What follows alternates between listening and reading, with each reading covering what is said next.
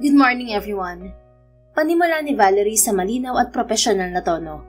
Nakatayo siya sa unahan ng mahabang mesa kung saan nakaupo ang kanyang ama, dalawa niyang kapatid na lalaki, board members, legal counsel, at business development officers. This is my final proposal for the sustainable community expansion in Southern Luzon. Pinindot ni Valerie ang hawak na clicker para ipakita ang kanyang presentation sa LED screen. Lumabas doon ang mga graphs at sample designs ng proposal niya, habang patuloy pa rin siya sa pagsasalita. Based on our market analysis, if we shift at least 25% of our land investments to mixed-income housing with integrated local enterprise zones, we can increase net return by 12% in 5 years while enhancing corporate reputation. This will also align us with the ASEAN 2030 development goals, putting Mason Holdings on the map as a pioneer in social responsible urban planning. Tahimik lang ang mga tao sa boardroom. Saglit siyang ngumiti at umaasang may positibong reaksyon mula sa mga ito, lalo na sa kanyang ama na sinusubukan pa rin niyang makuha ang atensyon. Gusto niyang patunayan dito na kaya rin niya makipagsabayan sa dalawa niyang kapatid na lalaki pagdating sa negosyo. Gusto niyang mamulat ang mga mata nito na hindi dapat minamaliit ang kakayahan niya bilang babae, at dapat pagkatiwalaan din siya nito. That's ambitious. Kunit ang noo at seryosang sabi ni Vicente, ang ama ni Valerie. Halatang tutol ito sa proposal ng dalaga. You're in a support role, Miss Mason, not in urban development. Dugtong pa nito sa formal na pananalita. I've done my own feasibility studies regarding this project, sir. I just wanted to show that I can do more than press releases and media kits. I'm so ready for a bigger role. Sagot niya na buo ang loob at may eye contact sa kanyang ama. She wants to be taken seriously, but she's pitching charity work disguised as profit. Tumatawang sabi ng isa niyang kapatid, si Valentin, ang Chief Operating Officer ng Mason Holdings. You want us to invest hundreds of millions on your thesis paper? Valerie, this is not a classroom. Grow up. Pinapatunayan mo lang na bagay ka sa posisyong binigay ni Daddy sa'yo. Sinayang mo ang oras namin sa walang kwentang thesis paper na yan. Segunda pa ng isa niyang kapatid na si Hammer, ang Chief Finance Officer ng kumpanya. Nangindig ang kamay ni Valerie sa pang-iinsulto ng dalawa niyang kapatid. Makikita ang sakit sa mga mata niya, pero hindi siya nagpatinag. Handa niyang ipaglaban ang proyekto niya sa kanyang pamilya na binabaliwala ang lahat ng mga pinaghirapan niya. This isn't just a paper. This is a chance to expand their influence while helping people. Bakit hindi natin subok enough? Putol ni Vicente sa malamig na tono. Your job is to protect the company's image through corporate communications. Just stick to it. We have no time for experiments. Nasaktan si Valerie. Nawalan ng saysay ang pagmamakaawa niya sa ama para pakinggan ang proposal niya. Marahil nakulitan lamang ito sa kanya, kaya pinagbigyan siya. Pero sa huli, hindi naman siya nito pakikinggan. Huminga siya ng malalim bago nagsalita. Alright, ito na ang huling beses na gagawin ko to. Thank you for your time, gentlemen. To my dad and brothers, I'm done. I will no longer beg to be seen. Kinuha niya ang hard drive at nilikom ang hard copies ng presentation niya. Tahimik siyang lumabas ng boardroom na walang pumapansin sa kanya. Sa sobrang sama ng loob, nag-resign na rin siya sa kumpanya ng kanyang ama. Mas mabuting umalis na lang siya kaysa tiisin ang pakikitungo ng mga to sa kanya. Kinagabihan, nagtungo si Valerie sa isang bar para uminom at magpalipas ng sama ng loob. Tinawagan niya si Elka, ang sumbungan niya sa kanyang mga problema. So, anong plano mong gawin ngayon, Valerie? Tanong ni Elka matapos niyang sabihin ang nangyari sa opisina kanina. Aalis na ako sa bahay namin. Hindi ko na kayang ginagawa ng pamilya ko sa akin. Gagawa na lang ako ng sarili kong pangalan at papatunayan ko sa pamilya ko na hindi ko sila kailangan. Paano mo naman gagawin yun? Hindi sapat ang sweldo mo sa Mason Holdings para makaipon. Wala ka ring kondo para may matuluyan ka. Paano ka mabubuhay kung wala ang suporta ng pamilya mo? Uminom ng whiskey si Valerie. Ngayon niya napagtanto na kawawa talaga siya sa kanyang pamilya. Mayaman sila, pero wala siyang natatanggap na pera mula sa kanyang ama na hindi niya pinaghihirapan. Hindi niya rin pinagtuunan ng pansin ang kakarampot na sweldo sa kumpanya dahil mas inisip niya ang magpapansin sa kanyang ama. Mabuti na lang at nakatapos siya ng Masters in Business Strategy and International Finance sa London School of Economics bilang scholar.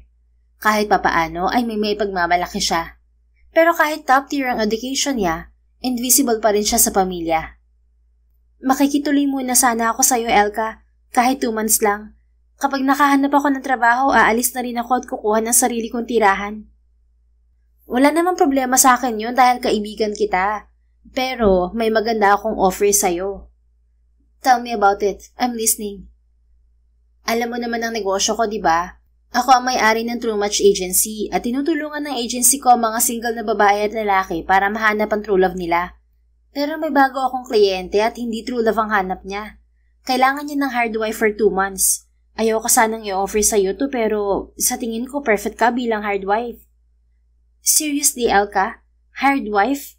I may be desperate pero hindi pa ako hahantong sa ganyang trabaho. Mariin niyang pagtanggi bago muling uminom ng whiskey. Actually, ako ang desperado, Valerie. High profile tong kliyente ko at ayokong kumuha ng kung sino-sinong babae lang. Kailangan ko ng professional na kagaya mo. Yes, professional ako pagdating sa edukasyon, pero hindi sa pagpapanggap bilang asawa. Kaibigan kita, Elka, pero ang sarap mong batukan sa iniisip mo yan. Naiinis niyang tugon. Ikaw rin ang iniisip ko, Valerie. Baka makatulong din sa iyong kliyente kong to. Tingnan mo muna kung sino siya. Kalmadong inilabas ni Elka ang cellphone at ipinakita kay Valerie ang isang file doon. He's Lancel Ballesteros, CEO of Ballesteros Group of Companies. The ultimate rival of Mason Holdings when it comes to property development. Tatanggi ka pa ba kung may posibilidad na mapalapit ka sa kanya? Di ba sabi mo hinahangaan ng daddy mo ang husay ni Lancel sa negosyo?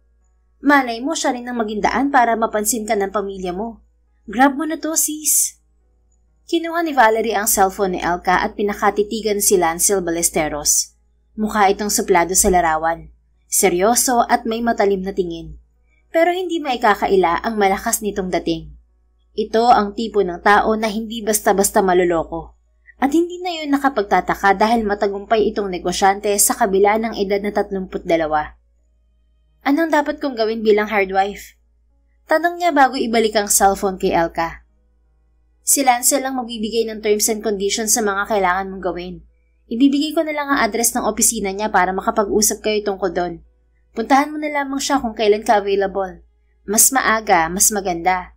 Medyo nagmamadali kasi siya at nakapirma na rin siya ng kontrata sa True Match. Worth of 2 million job to, sis. Maghahati na lang tayo sa payment niya. Okay, sige. Simple niyang tugon.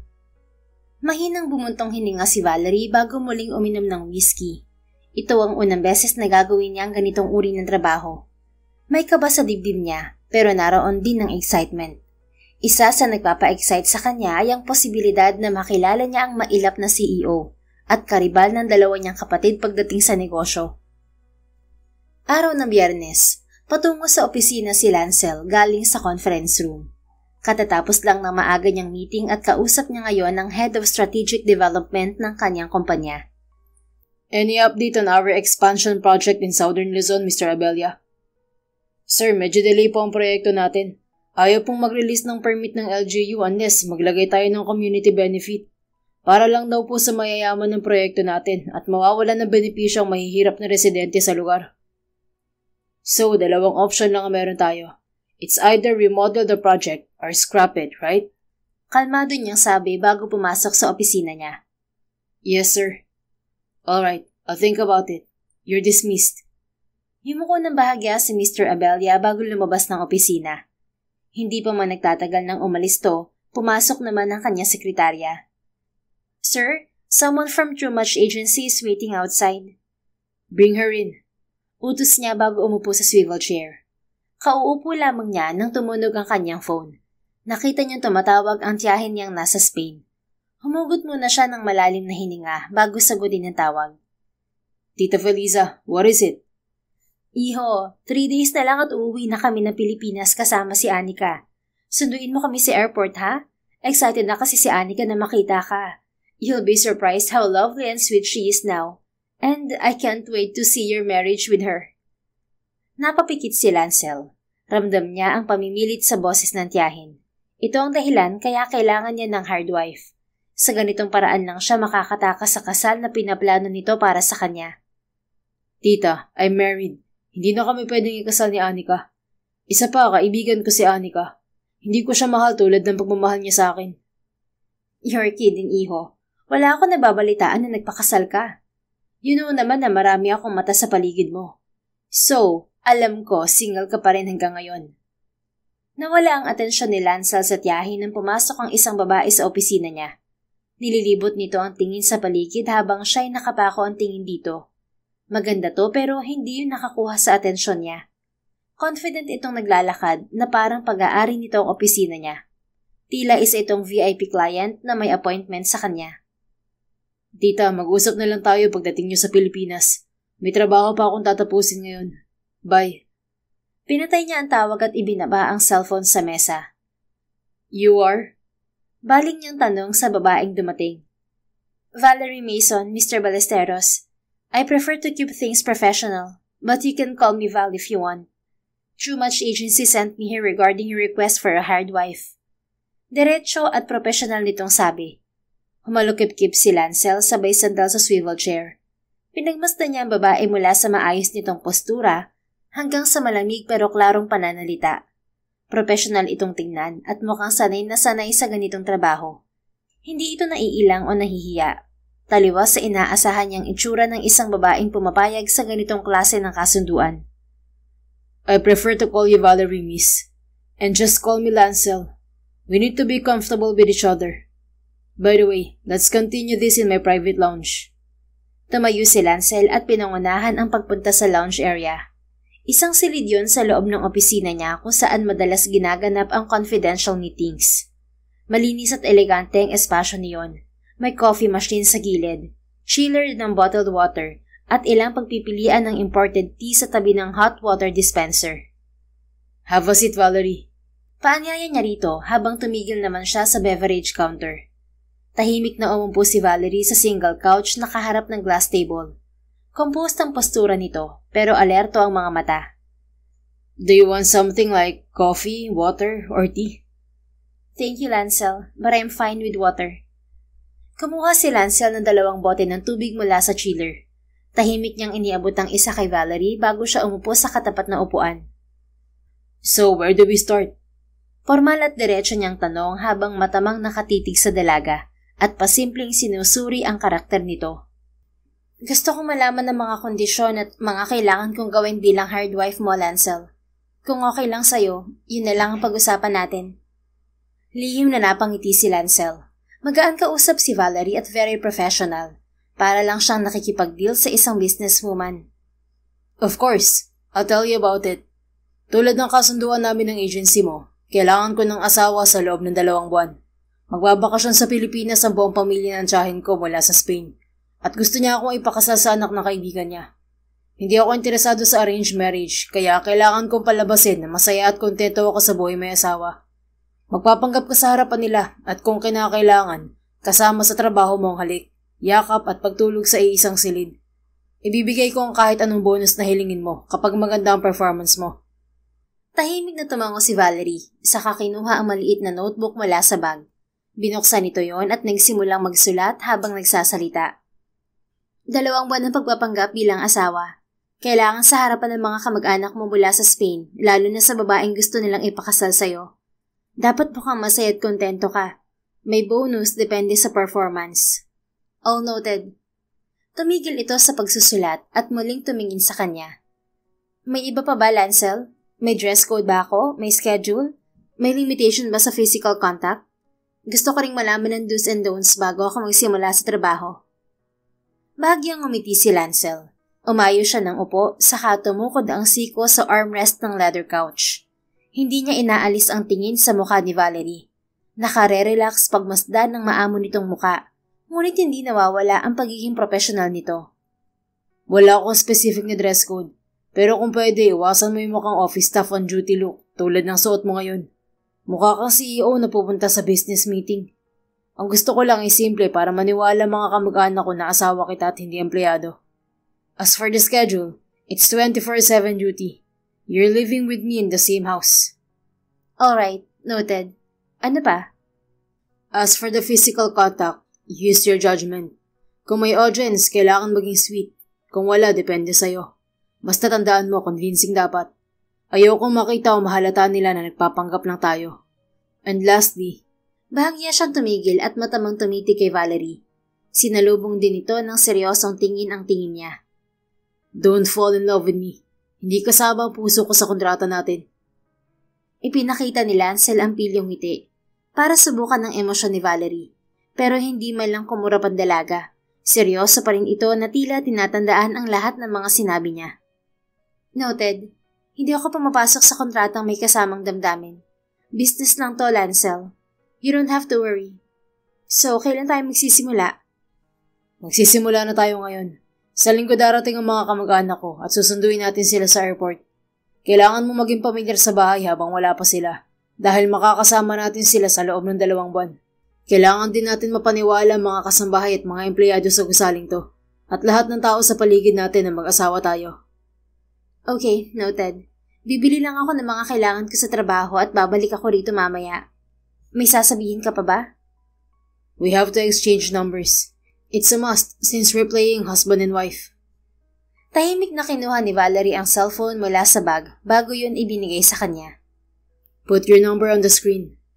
Kinuha ni Lancel ang cellphone. Nag-type siya ng numero at ibinalik yun sa dalaga. Ilang segundo lang ang lumipas, tumunog naman ang cellphone niya.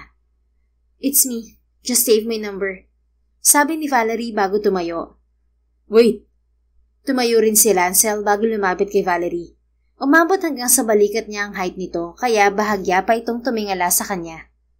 May nakalimutan ka pa bang sabihin, Lancel? Masyadong formal ang kilos at pananalita mo, Valerie. Ngayon pa lang baguhin mo na ang ganyang pagkilos. Kumilos ka na ngayon sa gagampanan mong role bilang hard wife ko.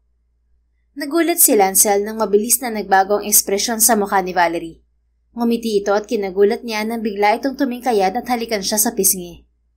Sure, honey. I'll see you later. Malambing nitong sabi. Bago pa siya makakilos, mabilis na itong yumakap sa kanya bago umalis. Wow, that was fast. She just shifted from a lady boss aura to a loving wife in just a second. Damn, she's good. Napangiti na lang si Lancel pagkaalis ni Valerie bago siya bumalik sa mesa niya. Kung katulad nito ang hard wife niya, walang duda na makakataka siya sa arranged marriage na gusto ng kanyang tiyahin. Muli niyang kinuha ang cellphone sa mesa niya at tinawagan si Joras, ang kaibigan niyang nag-recommend ng True Match Agency sa kanya. Dude, balita ko ngayon pupunta ang hard wife mo. Nagkita na ba kayo? Bungad nito pagkasagot sa tawag niya. Yeah, and she just left a while ago. Ano, okay ba siya para sa'yo? Kasi kung hindi, magrereklamo ako sa may-ari ng True Match. Kaibigan ko yun at sinabi ko talaga sa kanya na ibigay sa'yo ang pinakamagaling yung empleyado. Valerie's fine. She's sharp, calculated, and relaxed. Mabuti naman kung ganun. Bakit ka nga pala tumawag? I need all the necessary documents. Wedding photos, marriage license, and anything that can support our setup. Ihanda mo lahat yan at ipadala sa bahay. Gusto ko kompleto bago dumating ang tiyahin ko. Copy on that, dude. Pumunta lang kayo sa studio ko para sa larawan yung dalawa. At ako na ang bahala sa iba pang mga kailangan. Good luck sa plano mong to, dude. Sana makalaya ka na sa arranged marriage mo na yan. I'm hoping for the best, Joras. Thank you, dude. Sagot na lang niya bago pinutol ang usapan nila. Samantala, bumalik si Valerie sa Mason residence para ihanda ang mga gamit niya. Hinubad agad niya ang suot na crisp white blouse, high-waisted black pencil skirt at pointed black heels. Nagsuot siya ng body-hugging pink dress bago inilabas ang maleta niya. Piling mga damit lamang ang inihanda niya bago lumabas ng silid. Pero sa kamalas-malasan, nakasalubong niya si Hammer sa main door nang paalis na siya. Oh, aalis ka na pagkatapos mong mag-resign? Good for you, little sis. Sana kayanin mo ang hirap sa labas ng comfort zone mo. Good luck. Inirapan niya si Hammer. Naiinis talaga siya kapag nakangisi ito sa kanya. Good luck din sa'yo, Hammer. At mas lalo na sa kumpanya kapag ikaw ang pinili ni Daddy bilang tagapagmana. Honestly, kahit sa inyo ni Valentin, hindi maaasahan. Ewan ko ba kay Daddy kung bakit binigyan pa kayo ng mataas na posisyon sa kumpanya? Wala naman kayong mga silbi. Napansin ni Valerie ang bahagyang pagbabago ng ekspresyon ni Hammer, kaya itinodo na niya ang pang-aasar dito. Kaya nga hanggang ngayon, si Lancel Ballesteros pa rin ang standard ni Daddy. Kasi kahit anong gawin yung dalawa ni Valentin, wala talaga kayong binatbat sa kanya. Namula si Hammer. Halatang nasa pool niya ang ego nito. Tinaasan pa niya ito ng kilay habang nakangisi bago ito lagpasan. Diretso papunta sa sasakyan niya. Sana magbago pa kayong dalawa ni Valentin para hindi naman tuluyang lumubog ang Mason Holdings kapag isa sa inyo ang napiling tagapagmana. Bulong niya bago pa andarin ang sasakyan niya. Eksaktong uwian nang dumating si Valerie sa gusali ng opisina ni Lancel. Tinawagan niya ang binata na mabilis nitong sinagot. Narito na ako sa labas ng building. Susunod na lang ako sa sasakyan mo patungo sa bahay mo. Mabilis niyang sabi sa lalaki sa kabilang linya. Wait for me in the lobby, honey. Nasa elevator na ako. Bahagyang kinagat ni Valerie ang labi. Hindi niya inasahan ang malambing na tono ni Lancel. Alam naman niyang parte ito ng pagpapanggap nila, pero nakakagulat pa rin marinig yon mula sa lalaking halos hindi man lang umingiti kanina. Alright, I'm going in. Lumabas si Valerie ng sasakyan at pumasok sa loob nang hindi pinuputol ang tawag. Kaagad naman niyang natanong si Lancel. Kumaway ito sa kanya kaya pinatay niya ang tawag at kumaway siya rito pabalik. Pinagtitinginan sila ng mga tao at pawang nagtataka kung anong relasyon nilang dalawa. Honey, thank you for picking me up. You surprised me. Malambing nitong sabi paglapit sa kanya. Bago pa siya makapag-react, ginawaran siya ni Lancel ng mabilis at sweet na halik sa pisngi. Pero mas lalo pa siyang na-shock nang hinila siya nito para yakapin. Idinantay pa nito ang baba sa balikat niya. I miss you, hon. Malambing pa rin sabi ni Lancel at bahagya pa siyang binuhat. Nag-init ang pisngi ni Valerie. Mukhang mas magaling umarte si Lancel kaysa sa kanya. Kung ganito sila karelax sa isa't isa, walang sino man ang makapagsasabi na nagpapanggap lang sila. Honey, ibaba mo na ako. Nakakahiya. Pabiro niya itong hinampas sa balikat. As you wish, hon. Pagkababa sa kanya, hinawakan ni Lancel ang kamay niya at ngumiti. Let's go home, hon. Ngumiti na lang si Valerie kahit naninibago pa rin siya. Dumikit siya ng kaunti kay Lancel at bumulong. Magsasama ba tayo sa iisang sasakyan ngayon, Lancel? Yeah, to justify the act. Where's your car? Pasimple niya itong hinila patungo sa sasakyan niya. Pinagbuksan siya nito ng pinto bago ito umikot sa driver's seat. Ibinigay naman niya ang susi rito.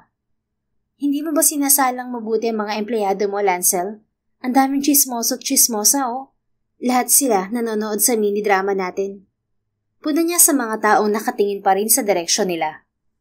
We chose efficient employees. They're just not used to seeing me with a woman. Malamig nitong tugon at nawala na agad ang pagiging malambing. O talaga? Hindi ka ba mahilig sa babae? O wala ka lang oras? I had no time. Tipid nitong sagot bago pa andarin ng sasakyan. Okay, hindi ko naaalamin kung bakit. Umirap si Valerie ng bahagya bago sinulyapan si Lancel. Anyway, kailangan natin ng script sa kasal natin. Hindi pwedeng magkaiba tayo ng sagot kapag tinanong nila tayo. Beach wedding, Boracay, sunset, private ceremony with few guests. Seryosong sagot ni Lancel na nakatingin pa rin sa daan. Tumango si Valerie habang tinatatak sa isip ang mga detalye. Alright, copy. Idagdag na rin natin kung paano tayo nagkakilala at kung paano ka na-inlove sa akin. Saglit siyang tiningnan ni Lancel, tapos bumalik ulit ang tingin sa daan. We met in a private party for the first time, and I courted you for 1 day. Napamulagat si Valerie at agad nagsalita. 1 day? Excuse me, hindi ako easy to get, no? Gawin mong 1 year para believable naman na sobrang in love ka sa akin. No, I have no time to court you that long. 1 day courting, and we got married after a week. Walang gatol nitong sabi na may diin sa tono. Napanganga si Valerie, hindi makapaniwala sa narinig. Napailing na lang siya habang nakataas ang kilay. Are you serious? 1 day ligawan tapos kasalagad after a week? Grabe ka, naranasan mo na bang mandigaw? Kasi kahit sa imagination, hindi yan kapanipaniwala eh. Courtship is unnecessary. Women are the ones coming after me. Mas lalong tumaas ang kilay ni Valerie. Medyo mayabang ang dating ni Lancel sa sinabing yon.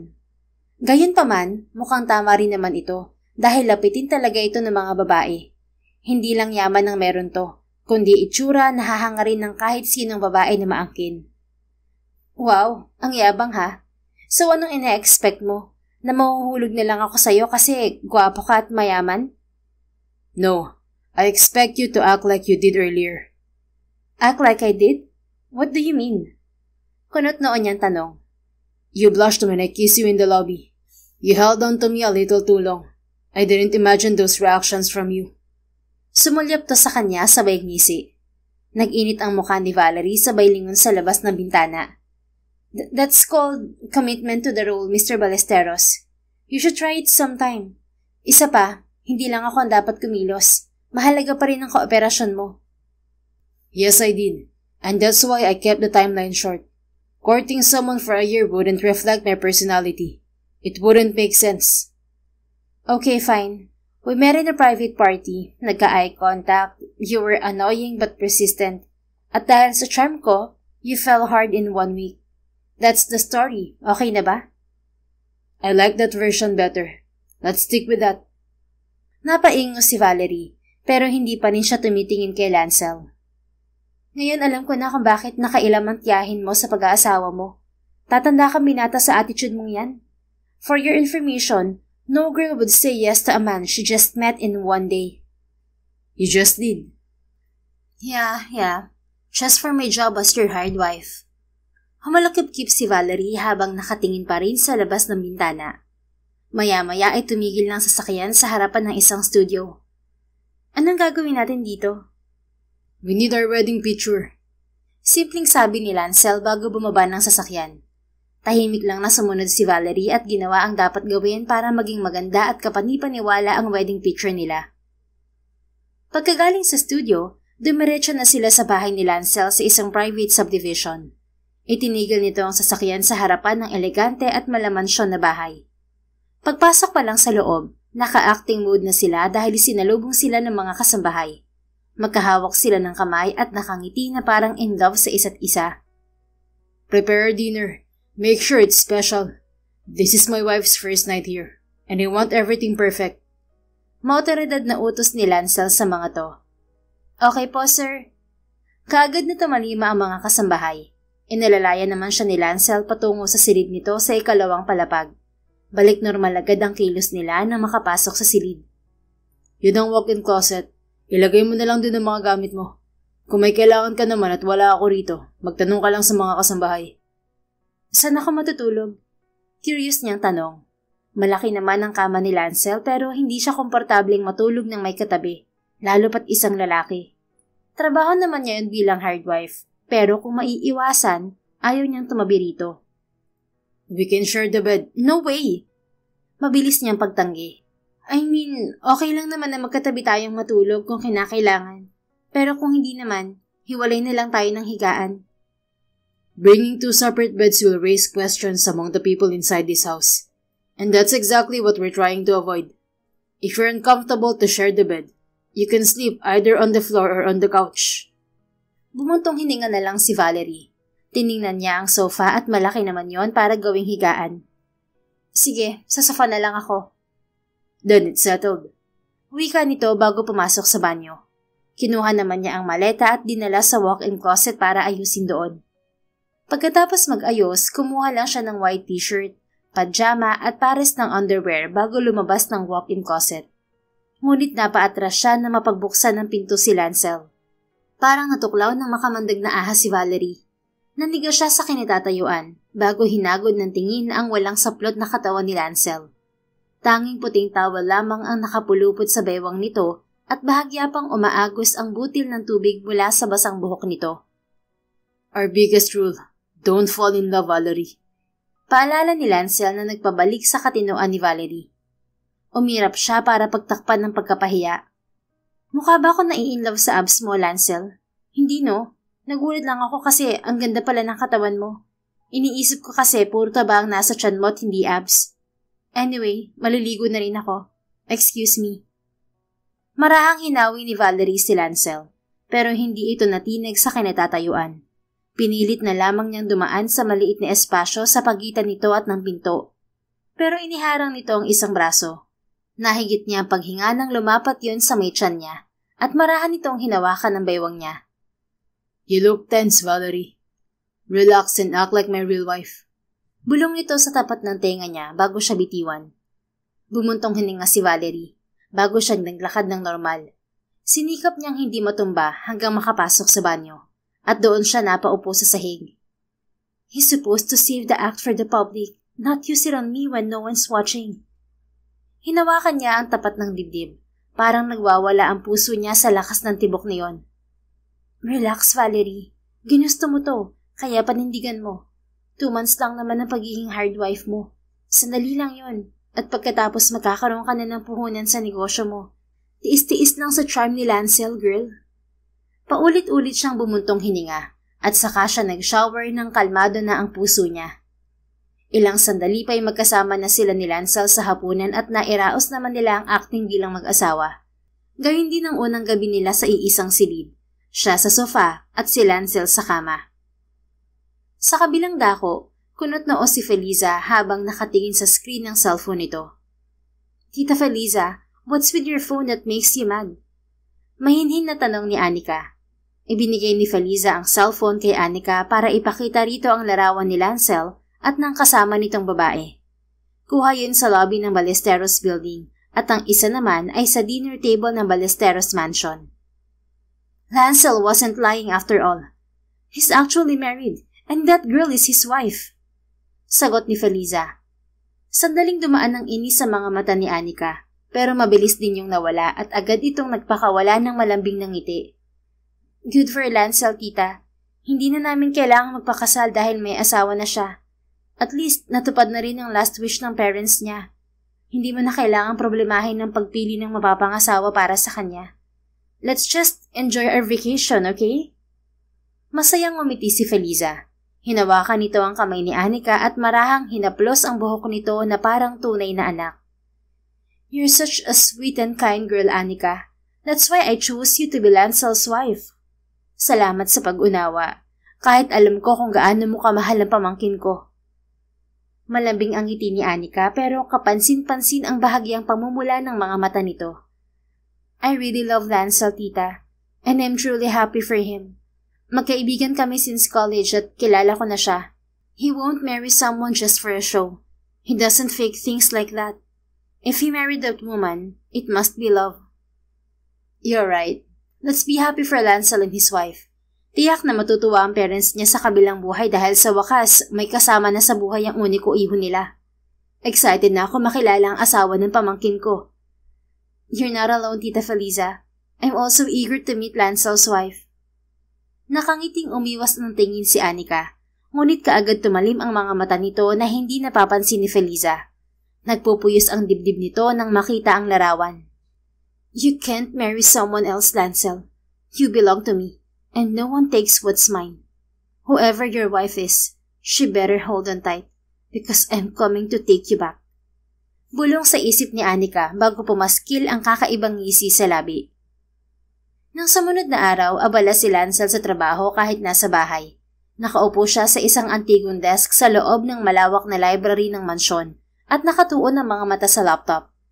Maya-maya ay nakita niyang pumasok si Valerie sa bahay. Kung may kailangan ka, sabihin mo na lang sa mga kasambahay. Hindi kita matutulungan, may trabaho ako. Malamig niyang sabi bago muling itinuon ang paningin sa laptop. Wala akong kailangan. Naboard lang ako sa paglilibot dito sa mansyon. Mabilis akong magsawa sa mga art pieces at eleganteng interior design nitong bahay mo. Gusto ko nalang magbasa ng libro. Don't worry, hindi kita iistorbohin. Hindi agad sumagot si Lancel. Tiningnan niya ulit si Valerie na tuloy-tuloy lang sa paglalakad palapit sa bookshelves. Kalmado itong namili ng ilang libro na tila pamilyar to sa mga yon. Saka umupo sa mahaba at malambot na sofa malapit sa desk niya. You love reading business books? Tanong niya sa dalaga. Business books na nga meron sa shelves mo, so wala akong pagpipilian kundi basahin to. Nakatitig lang si Lancel kay Valerie habang marahan itong binubuklat ang mga pahina ng libro. Duda siya na napipilitan lang tong basahin ng mga libro dahil nakikita niya ang kinang sa mga mata nito na tila isang bata na nakatanggap ng paboritong laruan habang nagbabasa. Humalokip-kip siya bago sumundal sa upuan. Itinigil muna niya sandali ang ginagawa dahil na-curious siya sa reaksyon ni Valerie. If I remember correctly, your surname is Mason. So what's your connection to Mason Holdings? Kapag sinabi ko bang anak ako ng CEO at ng mga kapatid ko ang COO at CFO, maniniwala ka?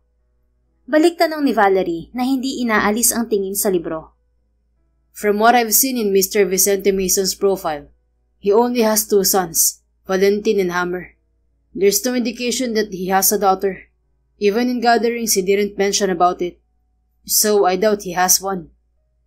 Napansin ni Lancel ang paghigpit ng hawak ni Valerie sa pahina ng libro bago yun isinara. Tumingin ito sa kanya na may bahagyang ngiti sa labi. Siguro, nagkataon lang na pareho ang surname namin. Tumayo si Valerie at muling nilikom ang mga librong kinuha nito sa shelves. Nawala na ako ng gana magbasa. Pupunta na lang ako sa garden at magpapahangin. Sinundan niya ito ng tingin habang binabalik ang mga libro sa shelves. Napahanga siya nang ibalik nito ang mga yun sa eksaktong kinalalagyan kanina. Hindi ito nalito sa pare-parehong itsura ng mga libro. Tanging may mataas na pinag-aralan lamang sa negosyo ang nakakaalam ng pagkakaiba niyon. Valerie, tawag niya sa dalaga habang papalapit na ito sa pintuan. Huminto ang babae bago tumingin sa kanya ng tahimik. What will you do if the local government blocks your expansion project dahil kulang sa community support? Hindi niya nakita ang pagtataka o pagkagulat kay Valerie dahil tila handa itong sumagot sa ganoong klase ng tanong. Simple. I'll redesign it with the community-first approach. Allocate at least 25% for mixed-income housing and local enterprise zones. That way, the project gives back and meets sustainable goals while still earning profit. Na-impress si Lance pero hindi niya pinapakita kay Valerie. Sandali lang nitong nasolusyonan ang problema sa kanyang proyekto. Magpahanda ka ng snack sa kasambahay habang nasa garden ka. Ayoko malipasan ka ng gutom habang nagpapahangin. Nakangiti niyang sabi. Mas nagtaka pa si Valerie sa sinabi niyang yon kaysa sa tanong niya tungkol sa negosyo. You're weird most of the time, Lancel. Serve your sweet act in front of your relatives. Mamaya maubusan ka, magkaproblema pa tayo. Komento nito bago lumabas ng library. Napaisip si Lancel sa katauhan ni Valerie. Nararamdaman niyang hindi ito simpleng hard wife lamang. Malawak ang kaalaman nito na masasabi niyang nakakahanga talaga. Kinuha niya ang cellphone sa tabi ng laptop at tinawagan si Joras. Hindi pa man siya nakakapagsalita, agad na siyang inunahan ng kaibigan. Dude, naipadala ko na ang mga kailangan mo. Huwag mo nang i-follow up sa akin, please. Tila pagod nitong sabi. Yeah, I know. Natanggap ko na mga yun kanina umaga, pero hindi yun ang kailangan ko. Ano naman yun? Hingin mo sa may-ari ng Trumash Agency ang information ng hardwife ko. Handa ako magbayad ng doble, makuha lang yun. May urgency niyang sabi. Natawa ng bahagya si Joras sa kabilang linya. Dude, hindi mo kang pera si Elka. Isa pa, alam mo namang mahigpit ang patakaran ng Trumash sa pagtatago ng personal information ng mga staff nila. Confidential talaga ang bagay na yun. Humugot ng malalim na paghinga si Lancel. Then, I will hire someone else to give Valerie some personal information. Wow, easy dude. Kung interesado ka sa hardwife mo, tanungin mo na lang siya. 2 months mo lang siyang makakasama at hindi mo alam kung magkikita pa kayo pagkatapos ng trabaho niya. Teka nga pala, bakit bigla ka naging curious sa hardwife mo? Sandaling natahimik si Lancel. Tumitig siya sa kisame ng library na parabang inaalala ang nakaraan. Do you remember the time I was studying in London? Oh, anong meron dun? I joined the Next Gen Tycoon Challenge, and I lost to someone named V. Mason from another university. I'm starting to think that V. Mason is Valerie. She's not just some hardwife. I think she's way more than that. Dude, akala ko ba si Valentin Mason ang tinutukoy mo? Siya lang naman ang may letter V sa mga Mason maliban kay Mr. Vicente Mason, di ba? Naguguluhang tanong ni Joras. I wasn't sure if V. Mason was male or a female. Akala ko nun si Valentin yun. Pero kung kilala mo si Valentin, hindi siya magdodonate kahit 1% ng pera niya para sa community. Pero iba mag-isip si V. Mason. Matapang siya, strategic at may solid proposal para sa community growth, kaya natalo niya ako noon. Sige, sabihin na nating tama ang hinala mo. Sa tingin mo ba sasayangin ng Mason Holdings ang kagaya ni Valerie kung siya nga si V. Mason? Top tier education plus knowledge and strategies. Paggagawan siya ng mga kumpanya. Pero nasan siya ngayon? Isang hardwife at hindi kilala sa business world.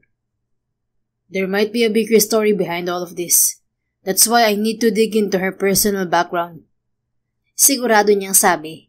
Malakas talaga ang hinala niyang si V. Mason ay si Valerie. Napatunayan niya yon nang tanungin niya ang dalaga kanina. Tapos anong balak mo? Rematch? Another business face-off para mabawi ang pride mo? Dude, come on. 11 years na yun. Baka nga hindi ka na maalala ni V. Mason pero ikaw hanggang ngayon hindi makalimot. Medyo natatawa pero may concern na sabi ni Joras. That's my first and last defeat, Joras. Kung ganun, tama ako. Pride ang nagtutulak sa'yo para makitang muli si V. Mason. Kahit hard wife mo, iniisip mo siya. Mahinang bumuntong hininga si Joras bago muling nagsalita. Sa tingin ko, kailangan mo ng bakasyon. Puro ka kasi trabaho. Mag-relax ka muna kasama ang hard wife mo. Sige na, may customer ako ngayon sa studio. Walang nagawa si Lancel nang patayin ni Joras ang tawag. Tinapos na lang niya ang trabaho kahit binabagabag siya ng mga katanungan tungkol kay V. Mason. Ang taong hindi niya makakalimutan sa buong buhay niya. Pagsapit ng gabi sa silid ni Lancel, nakaupo ang binata sa gilid ng kama habang pinagmamasdan si Valerie na nakahiga naman sa sofa. Lancel, ano ba? Wala ka bang planong matulog? Hindi ako makatulog sa ginagawa mo eh. Ano bang iniisip mo at kanina ka pa nakatingin sa akin? Naiinis na tanong ni Valerie. I was wondering if you're actually V. Mason. Bumangon si Valerie at umupo sa sofa.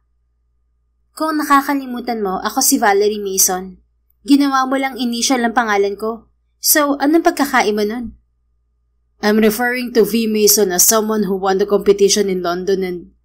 Napahinto sa pagsasalita si Lancel nang ibato ni Valerie ang unan sa kanya. Tumama pa yun sa mukha niya. Ewan ko sa'yo. Matulog ka na nga. Remember, bukas darating ang pamilya ng tiyahin mo. Mag-ipon ka na ng energy para magandang performance mo sa pag-arte. Dinampot ni Lancel ang unan ni Valerie. Tumayo siya bago yun ibinalik sa dalaga. If you're not comfortable here, you can sleep in the bed, right next to me. No thanks, okay na ako rito. Muling humiga si Valerie, patalikod sa kanya. Ibinalot pa nito ang sarili sa kumot at hindi na siya pinansin. Bumalik na lang siya sa kama at bago humiga ay tumingin siya sa direksyon ni Valerie. Marahil nagkamali lang talaga siya ng hinala na ito si V. Mason. Samantala, dahan-dahang gumalaw si Valerie nang maramdaman niyang bumalik na si Lancel sa kama. Bahagya siyang lumingon dito at nakitang payapa na itong nakahiga habang patay na rin ang lampshade sa gilid nito. Marahan siyang bumuga ng hangin. Hindi niya alam kung paano nalaman ni Lancel ang tungkol kay V. Mason, ang alias na ginamit niya noong sumali siya sa Next Gen Tycoon Challenge habang nag-aaral pa siya sa London. Akala ko noon matutuwa si Daddy kapag nanalo ako. Napapikit siya at pinipigilang bumalik ang masakit na alaalang yun. Pero baliwala lang sa kanyang achievements ko. Hindi na nga siya natuwa. Hindi pa niya ako pinayagan dumalo sa awarding ceremony. Para sa kanya walang saysay ang tagumpay ko. Patuloy niyang bulong sa sarili. Napakagatlabi si Valerie. Mahigpit niyang niyakap ang sarili sa ilalim ng kumot. Pilit nilalabanan ang mga luhang kanina pa namumuo sa mga mata niya. I won the competition, but not the heart of my family. Sa gabing yun, walang nakapansin sa mga luhang dahan-dahang umagos sa pisngi niya. Tahimik siyang umiyak sa sakit na hanggang ngayon ay pinapasan pa rin niya. Kinabukasan, magkasama sila ni Lancel patungo sa airport para sunduin ang tiyahin nito. Hindi niya inaasahan ang mainit na pagtanggap ng mga to sa kanya, gayon din ni Anika. Nagtataka pa siya kung bakit ayaw pakasalan ni Lancel si Anika. Sobrang bait at lambing naman pala nito. Hindi siya pinakawalan na babae mula sa airport hanggang sa mansyon. Hinila pa siya nito sa silid na tutuluyan nito. Valerie, kwentuhan mo naman ako tungkol sa love story niyo ni Lancel. Excited na ako marinig kung paano kanya niligawan. Sumagot naman siya ayon sa script nila ni Lancel. Nagkita kami sa isang party at sa tingin ko, na love at first sight kami sa isa't isa. One day ligawan at after a week, nagpakasal na kami. Really? Ganun kabilis? Gulat nitong sabi. Yeah, heart talks first kasi. Mahirap kalaban ng puso. Alam mo, ang cute pala ng love story nyo. Ang bilis, parang whirlwind romance. Nakakatuwa. Ngumiti pa ito na parang kinikilig. Si Lancel kasi, hindi madaling mag-open sa iba. Kaya nung una ko narinig na kasal na siya, I couldn't believe it. Nagkasama kasi kami sa London noon. Same circle of friends, same campus. We were so close na halos araw-araw kami magkasama. Akala pa nga ng iba naming friends, may relasyon kaming dalawa eh. Pero never naging kami. Sweet lang talaga kami sa isa't isa. Alam ko kasi kung gaano siya ka-focus sa goals niya. Kaya nakakatuwang isipin na may isang tao palang kayang baguhin yun in just 1 week. Grabe ka, Valerie. You must be really special. Ngumiti na lang si Valerie. May kakaiba sa pagkukwento ni Anika. Parang pinamumukha nito sa kanya na mas kilala nito si Lancel kaysa sa kanya. Totoo naman yun. Pero pakiramdam niya ay may kakaiba sa likod ng malambing nitong ngiti. Yeah, I know. Hindi naman ako pakakasalan ni Lancel kung hindi eh. Maswerte kami sa isa't isa. I can't argue anymore, Valerie. Nakita ko kung paano ka itrato ni Lancel. You're such a lucky girl. Magaling lang talagang umarte si Lancel. Sabi niya sa isip. Anyway, okay lang ba kung magpapatulong ako sa'yo sa pag-aayos ng mga gamit ko? Nahihiya kasi ako mag-utos sa mga kasambahay ni Lancel eh. Malambing nitong pakiusap. Yeah, sure. Tinulungan ni Valerie sa pag-aayos ng gamit si Anika. Pero napapansin niyang hindi ito kumikilos at panay lamang ang utos sa kanya. Pinalampas niya yon dahil iniisip niyang pagod ito sa biyahe. Pero nasundan pa yon habang kumakain sila ng hapunan. Valerie, can you please get me a glass of freshly squeezed orange juice? I'm kinda sensitive to store-bought ones kasi. Baka kasi sumakit ang tiyan ko. Nakangiti nitong utos. Of course, I wouldn't want you to get sick over something as simple as juice. Sabay lingon niya sa kasambahay. Manang Emily, pakihanda po ng fresh orange juice si Anika. Please make sure it's squeezed and strained well. Huwag masyadong matamis, baka po sumakit ang tiyan niya. Thank you ha, you're such a darling, Valerie. Malambing na sabi ni Anika, pero napansin niya ang pasimple nitong irap. No worries, gusto ko lang maging maganda at komportable ang bakasyon mo rito, Anika. Ngumiti siya at hindi pinakita ang namumuo niyang inis sa pasimple nitong pag-uutos sa kanya. Napaka-sweet niyo namang dalawa.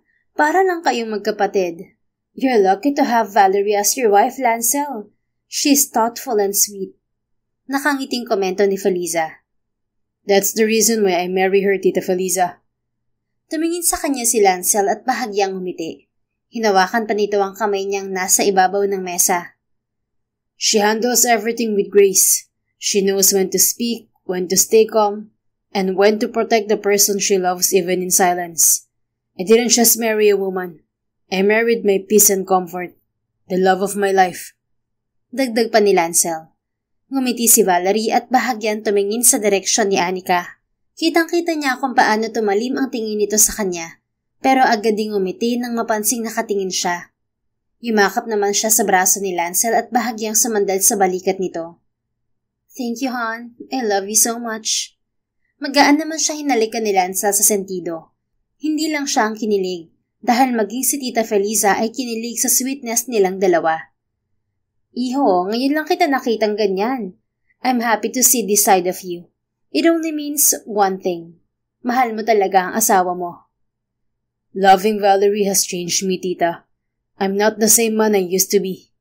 Sagot naman ni Lancel. Mas pinagbutihan naman ni Valerie ang pag-arte dahil naaaliw siya sa pagkukunwari ni Anika. Kung nalinlang siya nito kanina, pues hindi na ngayon. Hindi na nito malilinlang ang matalas niyang obserbasyon. Nang mga sumunod na araw, mas napansin ni Valerie ang pasimpleng paglapit ni Anika kay Lancel. Hindi ito lantaran kung kumilos, pero nakikita niya ang pasimple nitong pagsandali kay Lancel habang nag-uusap, paglalagay ng kamay sa braso ng binata kapag tumatawa, at ang madalas nitong pag-aalok ng pagkain tuwing sabay silang nasa hapagkainan. Kahit hindi siya selosa, may kung anong kurot sa dibdib niya tuwing nakikitang close ang dalawa. Mahirap palang pigilan ang pagkahulog niya kay Lancel kung dito niya naramdaman ang importansyang hinahanap niya sa kanyang pamilya. Kahit pag-arte lamang yon, tumatak pa rin ang lahat sa puso niya. You've been a little off lately, Valerie. I haven't seen you make any effort to keep Anika away, or even act like you're trying to be close to me. What's going on? You look bothered. Want to talk about it? Hindi niya namalayan na nakaakyat na sa veranda ng second floor si Lancel, na kanina lamang ay kasama ni Anika sa garden. Isang buwan na, di ba? Parang kailan lang tayo nagsimulang magpanggap, pero isang buwan na lang at matatapos na ang kontrata natin. Sa tingin mo, nagtagumpay ang planong to kung wala sa bokabularyo ni Anika ang pagsuko? Halatang tinataboy niya ako palayo para mas makalapit siya sa'yo. Saad niya habang nakatingin sa garden. Naroon pa rin si Anika na halatang may hinahanap sa paligid, hanggang mapatingala ito sa direksyon nila. Sa palagay niya, si Lance silang hinahanap nito dahil natuon dito ang tingin ng babae. I didn't spend 2 million pesos to hire you for nothing. I'll do whatever it takes to escape this arranged marriage. If Anika is persistent, so am I. Nagulat si Valerie nang bigla siyang hilahin ni Lancel paharap dito. Hindi pa siya nakakabawi sa gulat nang salubungin ng binata ang kanyang paglingon. Isang mariin at walang pasabing halika ang dumapo sa mga labi niya. Napahawak siya sa damit ni Lancel dahil tila mawawalan siya ng lakas sa sensasyong hatid ng halik nito. Napapikit na lang siya at paunti-unting tumugon sa halik. Naramdaman niya ang mariin nitong pagkabig sa baywang niya bago lumipat ang labi nito sa pisngi niya patungo sa punong tenga paibaba sa leeg niya. Lancel, bulong niya na parang mawawala na sa kanyang sarili, pero nagawa pa rin niyang pigilan ng lalaki. Please stop. Wala sa kontrata natin nang magpadala sa damdamin. Dugtong pa niya. Tumigil sa paghalik si Lancel na tila natauhan din sa sinabi niya. Maraan siya nitong niyakap bago bumulong. We still have a month left, Valerie. Make sure you play your role as my hard wife properly. Malamig nitong paalala sa kanya. I will. Tugon niya bago sumandal sa dibdib nito. Hindi rin siya pinakawalan ni Lancel at nanatili silang nakatayo habang magkayakap. Lumayo lang sila sa isa't isa nang umalis si Anika. Samantala, hindi maitago ni Anika ang inis na nasaksihan sa veranda. Akala niya unti-unti na niyang nakukuha ulit ang loob ni Lancel at mas pipiliin siya nito kaysa kay Valerie. Pero nagkamali siya. Isa na lang ang pwede niyang gawin para masira si Valerie sa pamilya Ballesteros. Humisi si Anika at nagmamadaling pinuntahan si Feliza sa silid nito. Kumatok siya sa pinto na kaagad nitong binuksan. Anika, ikaw pala. May kailangan ka ba? Nakangiti nitong tanong. Tita, you need to know about this. It's about Valerie. Kumunot ang noon ni Feliza. Anong meron kay Valerie, iha? Okay lang po ba kung sa loob tayo mag-usap? Nariyan po ba si Tito Ogie? Mas mabuting malaman niya rin ang tungkol dito. Wala rito ang tito mo, iha. Nasa billiard room siya kasamang uniko iho namin. Sa akin mo na lang sabihin at ako na mahal lang magsabi sa kanya. Halika, pumasok ka.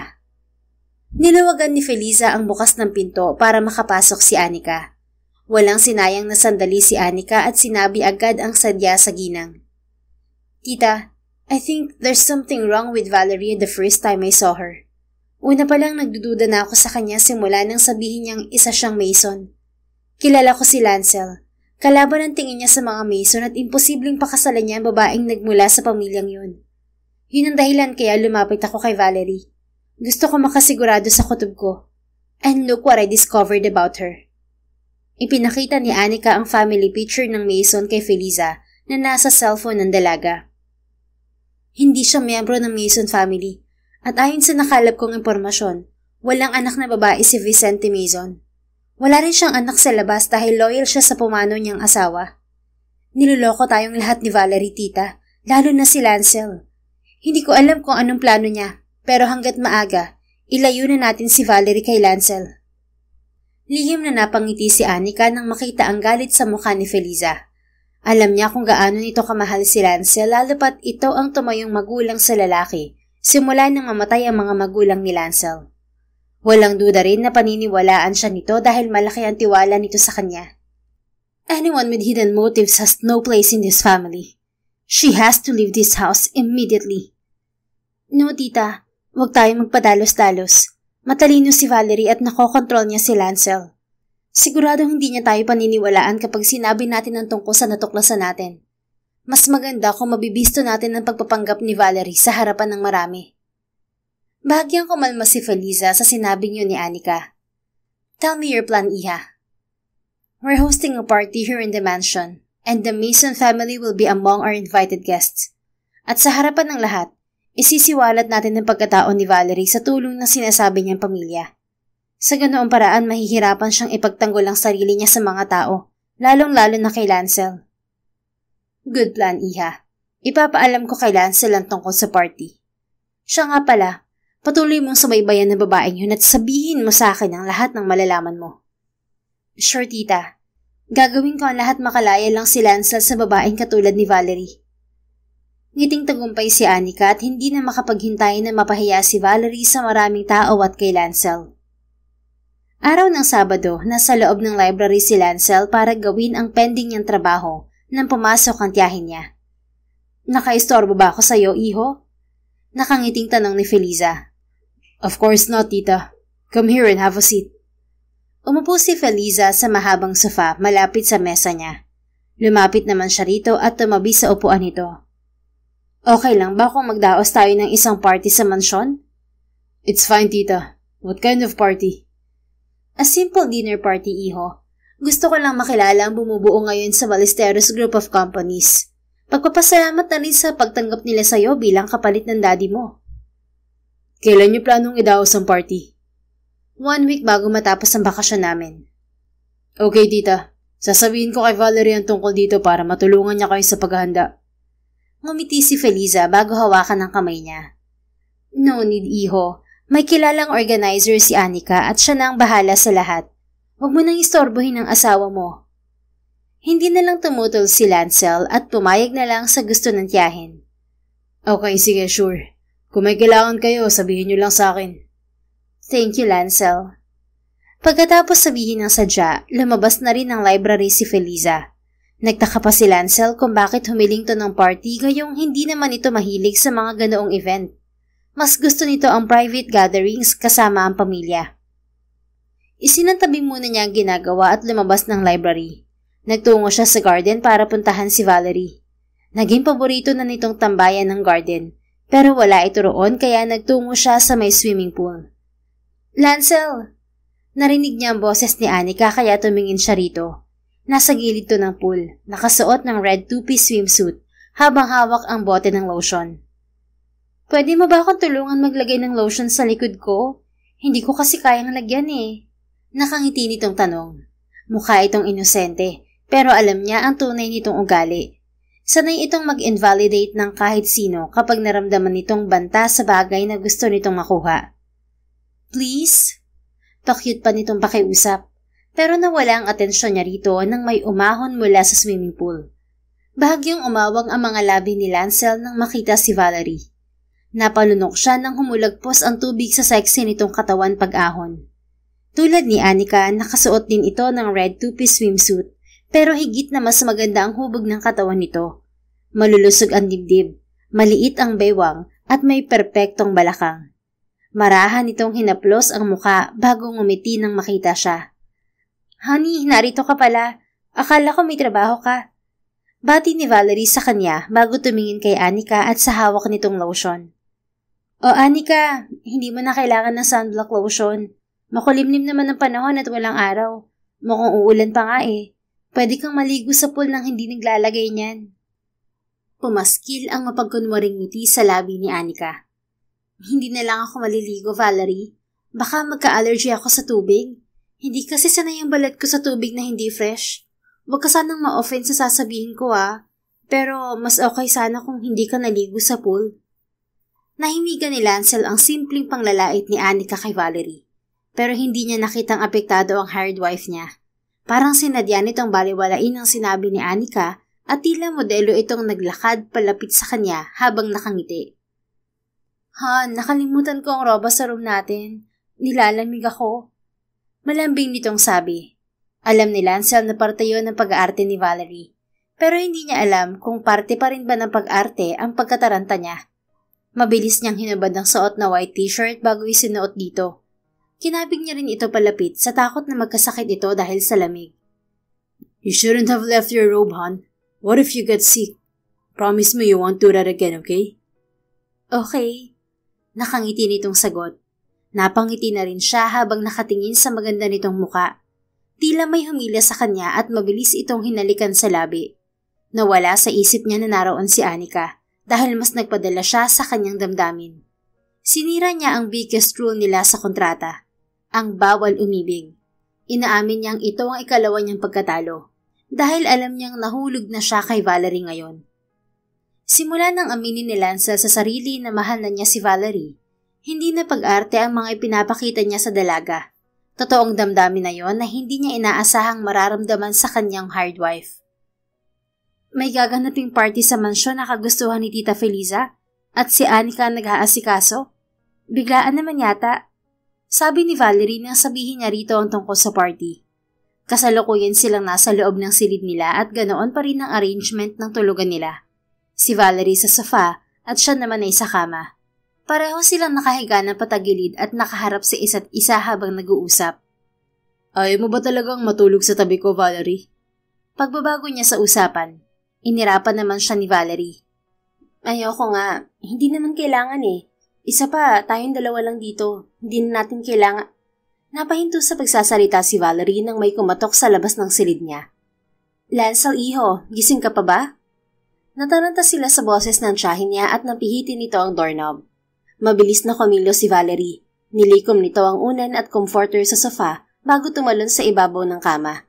Sinalo ito ni Lancel nang bumagsak sa kanya sabay takip ng kumot dito. Eksakto namang bumukas ang pintuan.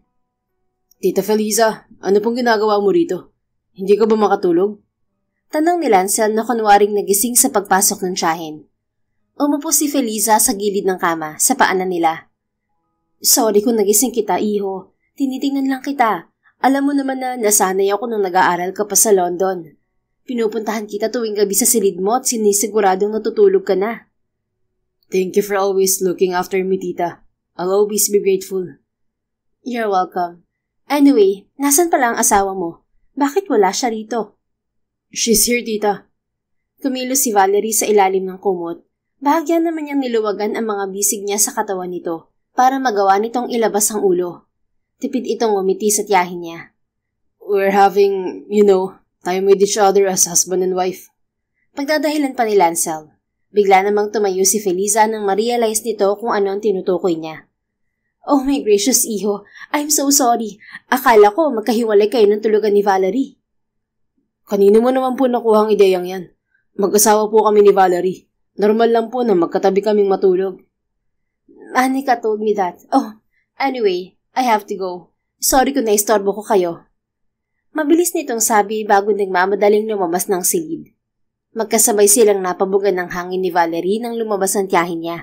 Inalis nito ang kumot sa katawan na para bang pinagpawisan ito sa loob niyon kahit malakas ang aircon sa kwarto. Grabe, munti ka na tayong mahuli ni Tita Feliza. Feeling ko sinadya niya yun kasi sinabi ni Anika. Yung kaibigan mong yan, hindi talaga tumitigil. Hindi pa ba siya naniniwala sa acting natin? Halos kainin na natin ang buong isa't isa kapag nagkikisa harapan niya. Ang lakas naman ng fighting spirit niya, ha? Napangiti na lang si Lancel habang pinagmamasdan si Valerie. Ang ganda pa rin ito kahit nagrereklamo. Don't mind them. Ang mahalaga, hindi tayo nahuli ni Tita Feliza. Matulog na lang tayo. Umayo siya ng higa at titikit na sana nang tumagilid paharap sa kanya si Valerie. Huwag ka munang matulog, Lancel. May itatanong pa ako sa'yo. Humarap naman siya rito. Go ahead. Ask me anything you want. Narinig ko kanina kay Tita Feliza na nag-aral ka sa London. Doon ka ba lumaki? No. I only studied in London for college. My parents sent me there, but after an accident that took their lives, I had to expand my knowledge in business to take over our family's company. So college days ka lang pala nanatili sa London? Tumango si Lancel habang nakangiti. Ngayon lang niya nakita ang kakaibang kislap sa mga mata ni Valerie. Tila interesado talaga ito tungkol sa pananatili niya sa London. Ang saya naman. Alam mo ba, nag-aral din ako sa London? Really? I didn't know about that. Nagkaroon na panibagong kasiyahan sa dibdib ni Lancel dahil sa unang pagkakataon, nag-open up si Valerie tungkol sa sarili nito. Yun ang bagay na inaasam niyang malaman tungkol sa dalaga, kaya bukas ang puso't isipan niya para pakinggan to. Totoo yun. Nakuha kasi akong scholar sa London School of Economics at nagtapos ako ng Masters in Business Strategy and International Finance. Sumali pa ako sa isang competition na ako ang nag-champion. Yun nga lang, hindi ako nakarating sa awarding ceremony dahil ayaw ni Daddy. Tuluyang nagising ang diwa ni Lancel sa sinabi ni Valerie. Naalala mo pa ba kung anong competition ang sinalihan mo noon? Tanong niya rito. Oo naman, hindi ko makakalimutan ng Next Gen Tycoon Challenge na sinalihan ng lahat ng university sa London. Kaya lang, wala ring silbi ang pagkapanalo ko. Hindi na-appreciate ni Daddy ang hard work ko. Dumaan ang lungkot sa mga mata ni Valerie, pero malakas na kabog naman sa dibdib ang naramdaman ni Lancel. Kung ganun, ikaw nga talaga si V. Mason? Bahagyang tumawa si Valerie. Oo, ako nga. Sorry kung hindi ko agad inamin nung una mo akong tinanong. Nagtaka lang talaga ako kung paano mo nalaman ng alias ko. Pero ngayon gets ko na. Nag-aral ka rin pala sa London. Siguro isa ka rin sa mga sumali noon. Hindi ko lang natandaan. Humiti lang si Lancel at kinabig palapit si Valerie. Ikinulong niya ang katawan nito sa yakap niya. I was one of the contestants. In fact, I placed second after you. And now I'll admit it. I've lost to the same person twice.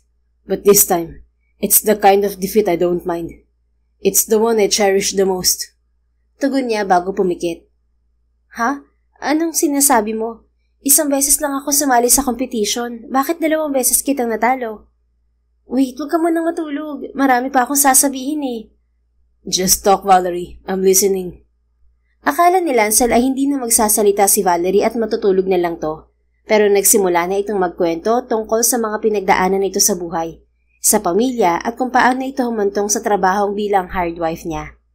Wala siyang naramdaman kundi pawang katotohanan sa mga sinabi nito, kaya hindi naging mahirap sa kanya para paniwalaan to. Ang impormasyon tungkol dito ang ilang linggo na niyang hinihintay mula kay Joras.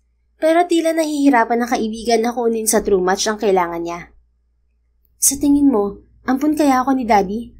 O kaya napulit sa gate ng bahay namin? Hindi ko kasi maramdaman ng pagmamahal niya. Tanong ni Valerie matapos ang mahaba nitong kwento tungkol sa buhay nito. Maybe he has a reason. But don't worry, ibibigay ko sa iyo ang pagmamahal na hindi kayang ibigay ng pamilya mo. Inaanto ka lang, Lancel. Matulog ka na nga kung ano-ano sinasabi mo. Remember our biggest rule. Don't fall in love, di ba? Tumawa si Valerie at sinubukan nitong kumawala sa mga bisig niya. Pero mas hinigpitan niya ang yakap dito. Bitiwan mo na ako, babalik na ako sa sofa. Hindi na naman siguro babalik si Tita Feliza. Ligtas na tayong dalawa. Hindi pwede, Valerie. Ilang beses pumapasok sa silid ko si Tita Feliza. Ayoko makita niya tayong magkahiwalay ng higaan. Katwiran niya. Kahit ang totoo, gawa-gawa lang naman yan dahilang yon para hindi umalis si Valerie sa kama. Ganun ba? So, pwede naman siguro tayong matulog nang hindi magkayakap, di ba? Hindi rin pwede. Hindi maganda tingnan kung magkalayo tayong matulog pagkatapos nating magtalik. Hoy, hindi rin tayo nagtalik ha? Pero yun ang iniisip ni Tita Feliza habang nagtatago tayo sa ilalim ng kumot. Ano na lang ang iisipin niya kung makikita niya tayong magkalayo sa kama? Huminga ng malalim si Valerie na para bang wala na itong pagpipilian.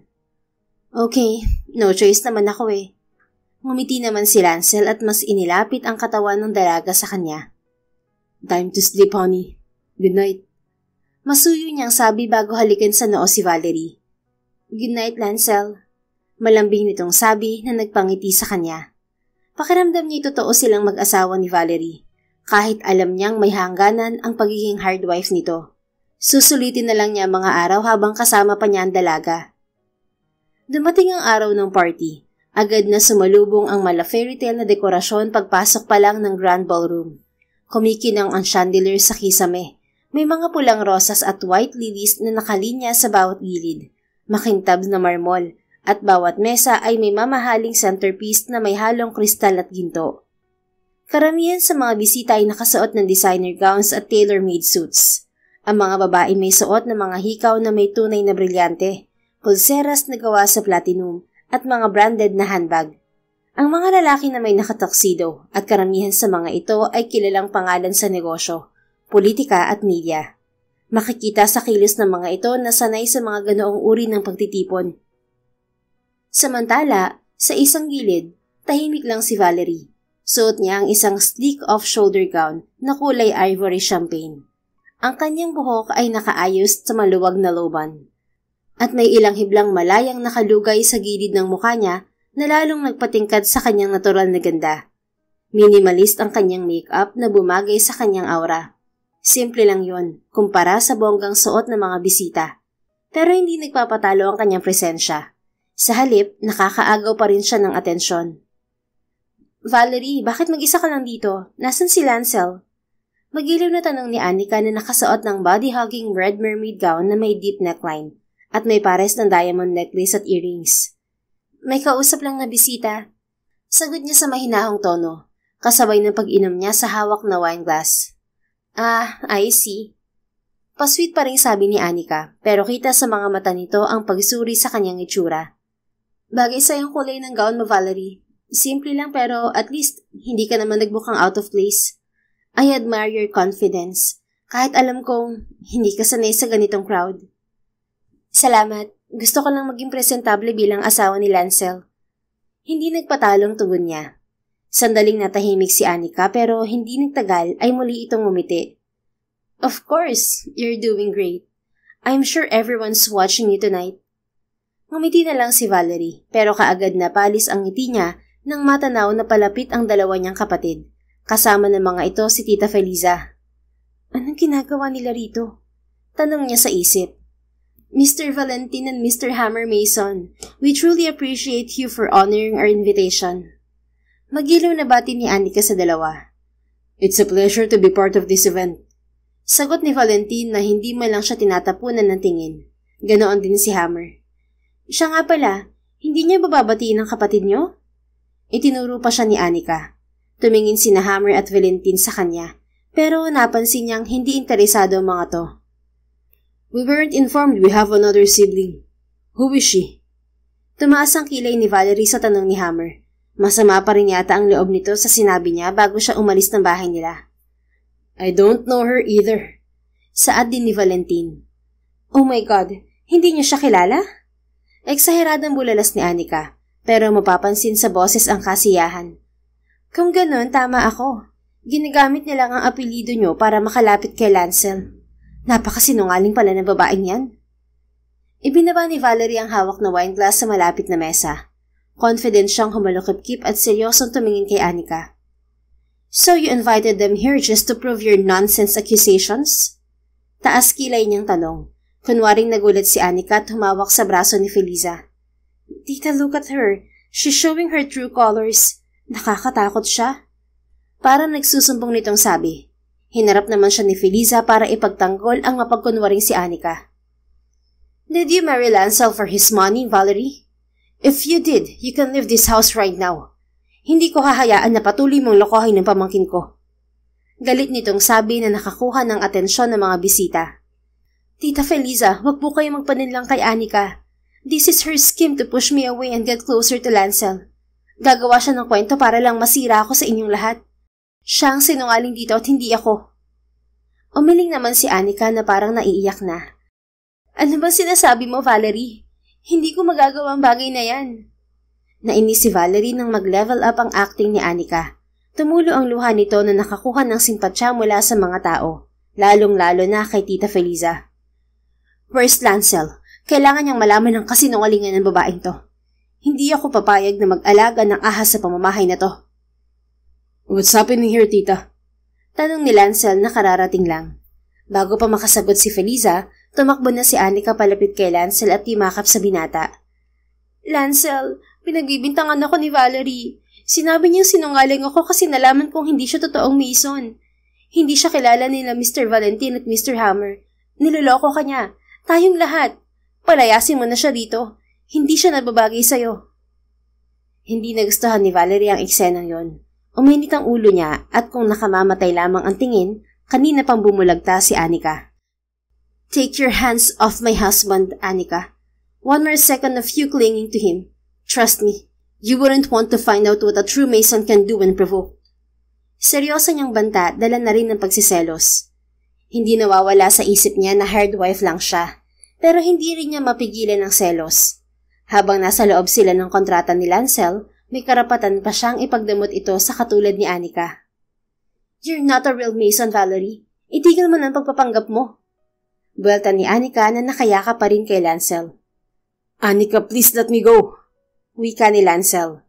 Sinusubukan nitong alisin ang braso ni Anika sa bewang nito, pero likas na yatang linta ang babae sa hindi nito kumapit. Tuluyang napigtas ang pagtitimpi ni Valerie. Galit niyang binalingan ang dalawa niyang kapatid.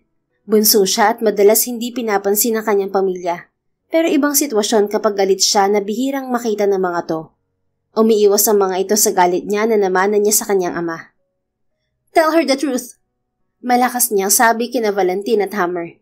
Napasinghap ang mga tao dahil nagawa niyang sigawan ng COO at CFO ng Mason Holdings na isa sa mga tinitingalang kumpanya sa business world. Nang tahimik pa rin ang dalawa, kinuha ni Valerie ang wine glass na hawak niya kanina. Lumapit siya kay Anika at ibinuhos ang wine sa likuran nito. Napasinghap ang mga bisita sa ginawa niya. Bumitiw naman ang babae kay Lancel at galit na bumalik sa kanya. "How dare you, Valerie!" Sigaw ni Anika. Nawala ang pasweet nitong imahe na ngayon mistulang nawala ng kontrol at naglabas ng totoong ugali. "So isang baso ng wine lang pala ang magtatanggal ng maskara mo, Anika?" Namula si Anika sa galit. "You think wearing that gown makes you one of us? You're nothing compared to what I've been to Lancel. I've been with him since college. I was there when his parents died. I stood by him all these years. And now you think you can just claim what is meant to be mine? I deserve to be Lancel's wife, not you, Valerie. You're a Mason imposter, and you do not belong here." Sambat nito sa kanya. "Anika, enough of this. You're causing a scene here." Mahinahon ngunit maotoridad na sabi ni Lancel. Tumayo ito sa tabi ni Valerie na tila handang ipagtanggol ng dalaga. Lumapit din si Feliza kay Anika at hinawakan ng babae sa braso. "Iha, pumunta muna tayo sa silid mo. Baka kailangan mo na magpahinga." Masuyong sabi ng ginang, pero naroon pa rin ang gulat sa ipinakitang ugali ni Anika. "No, kailangan malaman ng lahat ang panglolokong ginagawa ni Valerie. Hindi ako papayag na manatili pa siya sa tabi ni Lancel." Binaklas ni Anika ang kamay ni Feliza bago itinulak ang ginang. Napaatras naman ang ginang sa gulat.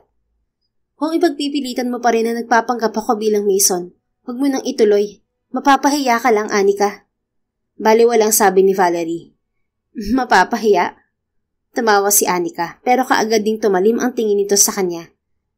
"Umiiwas ka ba dahil ikaw ang mapapahiya sa lahat? Gold digger ka at kayamanan lang ni Lancel ang habol mo." Bumuntong hininga si Valerie at muling binalingan ang nananahimik niyang mga kapatid. "Kung sinasabi niyong totoo, hindi nahahaba to. Mas pinapahiya lang ni Anika ang kanyang sarili.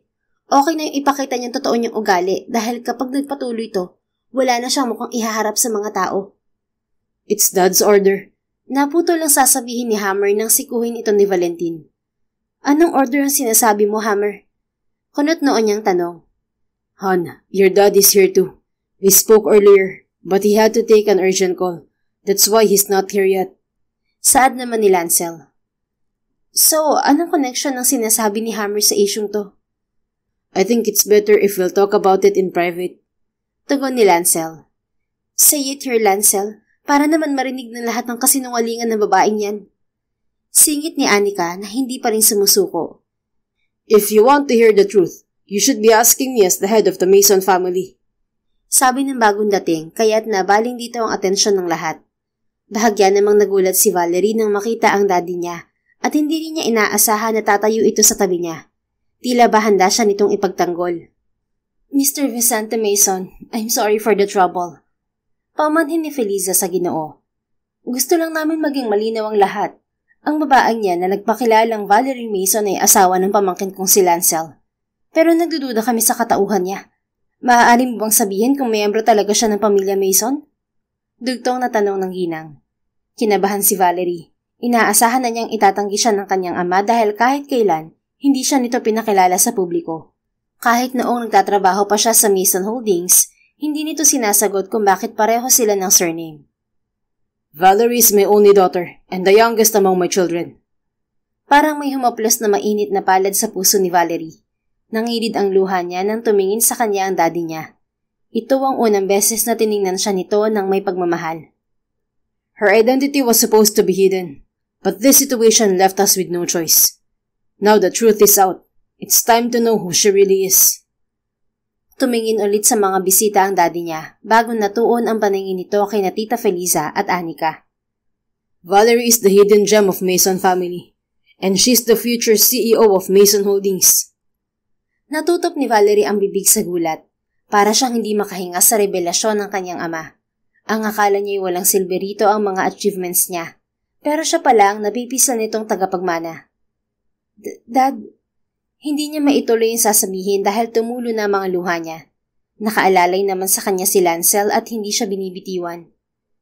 Your father loves you, hon. You just misinterpreted his actions. Bulong ni Lancel sa kanya. Pinahid niya ang luha sa pisngi at tumingin sa kanyang ama. Gusto niyang marinig ang mga dahilan kung bakit binabaliwala siya nito noon. It's not our obligation to explain ourselves, but I trust this revelation will put an end to your doubts about my daughter. She did not deserve to be treated this way. Muling sabi ni Vicente kay Feliza. I'm really sorry about this, Mr. Mason. And to you too, Valerie. Pasensya na kung pinaghinalaan kong katauhan mo at intensyon kay Lancel. Paumanhin ni Tita Feliza bago tumingin sa mga bisita. To everyone, I apologize for this disturbance. It was never our intention to cause a scene. But certain truths had to be acknowledged. Please continue the party. Thank you. Bumalik naman ang atensyon ng iba sa party, pero may iilan pa rin na nakatingin sa kanila. Sinungaling na matanda. Bakit pa pinagtatakpan ng babaeng yan? Kabit ka ba niya, ha? Sigaw ni Anika kay Vicente. Nagpanting ang tenga ni Valerie. Kahit may hinanakit siya sa kanyang ama, hindi niya ito pinagtaasan ng boses kahit kailan. Kumawala siya sa pagkakahawak ni Lancel. Lumapit siya kay Anika at walang pagdadalawang isip niya itong sinampal. How dare! Napahinto ito sa pagsasalita nang muli niyang sampalin sa kabilang pisngi. Wala kang karapatang bastusin ng daddy ko, Anika. I swear to God, ilalampaso ko ang mukha mo sa sahig kapag nagsalita ka pa. Galit niyang sabi rito. Hinawakan ni Feliza si Anika para pigilan ito sa pagsasalita. Ako na bahala kay Anika, Valerie. Please excuse us. Sabi nito bago hinila palayo ang babae. Humugot ng malalim na hininga si Valerie bago muling tumingin sa daddy niya. Wala namang nagbago sa seryoso nitong itsura. May kailangan tayong pag-usapan, Mr. Ballesteros. Kasama ang anak ko at ang tiyahin mo. Sa halip ay sabi nito kay Lancel. Okay, sir. Sa library po muna tayo. Naroon ang opisina ko sa mansyon. Pasasabihan ko rin po si Tita Feliza na sumunod dun. Lead the way. Parang nataranta naman si Lancel at nagmamadali itong nagpatiuna. Sumunod ang daddy niya rito kaya sumunod din siya. Pero sinabayan siya ni na Valentin at Hammer. Magkasabay pang umalakbay ang dalawa sa kanya na kapwa nakangiti. Sa tingin ko naman, tapos na ang pagtitiis namin na waliwalain ka, little sis. Pwede ka na naming ipagmalaki sa publiko dahil pinakilala ka na ni daddy. Saad ni Valentin. Oo nga, nagtiis kami ng ilang taon para sa future ng kumpanya. Congratulations, Miss Future CEO. Kahit medyo masakit ang sinabi mo sa akin bago ka umalis sa bahay. Pabirong segunda ni Hammer. Ipaliwanag niyo nga sa akin kung bakit bigla kayong nagbago. Ano bang meron, ha? Ikaw na magsabi, Valentin. Ikaw naman ang panganay sa ating tatlo eh. Kasi ganito yun, little sis. Hindi nakikita ni Daddy ang potential sa amin ni Hammer para maging kapagmana ng Mason Holdings. Naspoiled niya raw kami kaya lumaki kaming walang sariling desisyon. At hindi ganoon ng tunay na leader.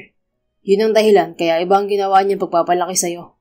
Lahat ng pakikitungo namin sa'yo parte ng paghubog sa kakayahan mo bilang future leader ng kumpanya. Paliwanag ni Valentin. Alam niyo, ang unfair niyo. Pwede naman akong matuto ng hindi niyo binabaliwala eh. Buong akala ko hindi niyo ako mahal at wala akong halaga sa pamilya natin. Lumaki akong may sama ng loob sa inyo, lalo na kay Daddy. Pagpasensyahan mo na kami, Valerie. Kakaiba kasi mag-isip si Daddy eh. At wag mong iisipin na hindi ka namin mahal. Kami pa nga ang kumuha ng award mo nung nanalo ka sa Next Gen Tycoon Challenge sa London eh. Itinago ni Daddy ang trophy at certificate mo sa vault niya. Hindi ka lang namin pinapansin pero proud kami sa'yo. Ginawa lang namin to para tumibay ang loob mo. At sa ating tatlo, ikaw lang ang may kakayahang salubungin ang tingin ni Daddy. Masasabi kong nagtagumpay ang palihim naming training sa'yo. Kaya bilang nakatatandang kapatid mo at bilang lalaki na rin, tanggap ko ang pagkatalo ko sa'yo. Magaling ka at isa ako sa humahanga sa'yo. Muling sabi ni Hammer. Nakakainis kayo. Nangingilid ang luha niyang sabi. Hindi alam ni Valerie ang unang iisipin sa mga oras na to. Pero masaya siya sa mga narinig mula sa mga kapatid niya. Naging matibay siya dahil sa pambabaliwala ng mga ito sa kanya.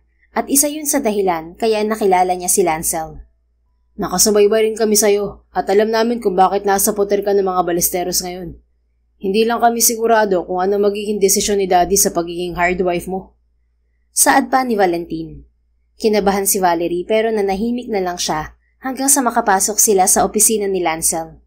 Hindi rin nagtagal ay dumating si Tita Feliza at magkakaharap silang umupo sa receiving area sa loob ng library. You're not married, am I right? Simula ng daddy ni Valerie. Hinawakan ni Lancel ang kamay niya na nanlalamig sa kaba. Yes, sir. Pero may plano po akong pakasalan si Valerie kung papayag siya. This time, wala na pong halong pag-arte. Kung hindi totoo na. Lancel, anong sinasabi mo? Gulat na tanong ni Valerie. Yes, Lancel. Ano bang sinasabi mo? Hindi ba kayo totoong mag-asawa ni Valerie? Takang tanong ng Tita Felisa niya. I'm sorry, Tita Feliza, kung naglihim ako sa'yo. Simula nang malaman ko tungkol sa arranged marriage namin ni Anika, inisip ko nang tumakas. Hindi si Anika ang babaeng gusto kong makasama habang buhay. Pero hindi ka pumayag na iatras ang kasal. Ito na lang ang paraan ko para makawala sa arranged marriage, ang mag-hire ng asawa. Pero hindi ko inaasahan na magiging totoo pa lang nararamdaman ko para kay Valerie. Mahal ko siya kahit bawal yun sa kasunduan namin. Malakas na kumabog ang dibdib ni Valerie. Hindi lang pala siyang nahulog sa pagpapanggap nila dahil maging si Lancel ay mahal din pala siya. I'm sorry kung naipit ka sa sitwasyong to, iho. Don't worry, hindi ako tututol sa kahit anong desisyon mo. Huwag ka rin mag-alala dahil hindi makakagulo si Anika sa relasyon niyo ni Valerie. Aalis na siya bukas pabalik ng London. Nag-usap na kami ng maayos. Thank you, Tita Feliza. Nakangiting tugon ni Lancel. Valerie, I know you're ready for everything. And I believe in every decision you make. But I want to know your decision about your relationship with Lancel. Tanong ng daddy niya. Bumutong hininga muna si Valerie bago ngumiti. Wala siyang planong itago ang totoo niyang nararamdaman para sa binata. Gusto niyang ipagtapat yon sa harapan ng kanyang pamilya. Mahal ko rin po si Lancel, Daddy. Handa po ako magpakasal sa kanya kung aalokin niya ako. Wala pang 2 segundo nang ilabas agad ni Lancel ang isang singsing. Hindi ko na ito palalampasin, honey. Will you marry me? Mabilis nitong tanong. Kung gaano kabilis ang proposal nito, ganoon din kabilis ang sagot niya. Of course I will. Mahal na kita at handa akong salubungin ang hinaharap kasama ka. Sobrang saya ko dahil mahal mo rin pala ako. Mabilis ang lahat sa atin, pero ang mahalaga naman ay mahal natin ang isa't isa. Magpapakasal tayo. Nakita niya ang kislap sa mga mata ni Lancel habang sinusuot ang singsing sa daliri niya. Hinalikan nito ang likod ng palad niya bago muling humarap sa kanyang pamilya. We're getting married as soon as possible, Tita Feliza. Please extend your vacation. You'll witness my real marriage to the woman I love. Nangingilid ang luha na tumango si Tita Feliza. Samantalang umiti naman ng daddy ni Valerie at ang mga kapatid nito. Kailangan nating ibahagi ang pagkakaisa ng ating mga pamilya at kumpanya sa lahat. Tamang-tama rin at nasa pagtitipon tayo. Suwestyon ni Vicente na sinang-ayunan ng lahat. Niyakap si Valerie ni Tita Feliza na humihingi pa rin ng paumanhin sa ginawa ni Anika. Hindi naman niya napigilang umiyak nang yakapin din siya ng kanyang ama at sinabi kung gaano ito ka-proud sa kanya. Nang gabing yon, nakilala ng lahat si Valerie bilang heiress ng Mason Holdings at mapapangasawa ng nag-iisang Lancel Ballesteros. Isang linggo pang nakalipas nang matapos naman ang 2 buwang pagiging hard wife ni Valerie at lubos din siyang nagpapasalamat kina Joras at Elka. Ang mga ito ang naging daan para magkakilala sila ni Lancel. Hindi rin nagtagal ay naganap ang kasal nila ni Lancel at nagamit pa nito sa sarili nitong proyekto ang rejected proposal niya na patuloy na ginagawa ngayon. Nagtatrabaho na rin siya bilang acting CEO sa Mason Holdings bilang parte ng training niya kung sakaling hindi na kaya magtrabaho ng daddy niya. Hindi naman niya nakakalimutan ang tungkulin sa asawa niya kahit pareho silang abala sa trabaho. Nakauwi na rin sa London ang pamilya ni Tita Feliza at wala na silang balita tungkol kay Anika.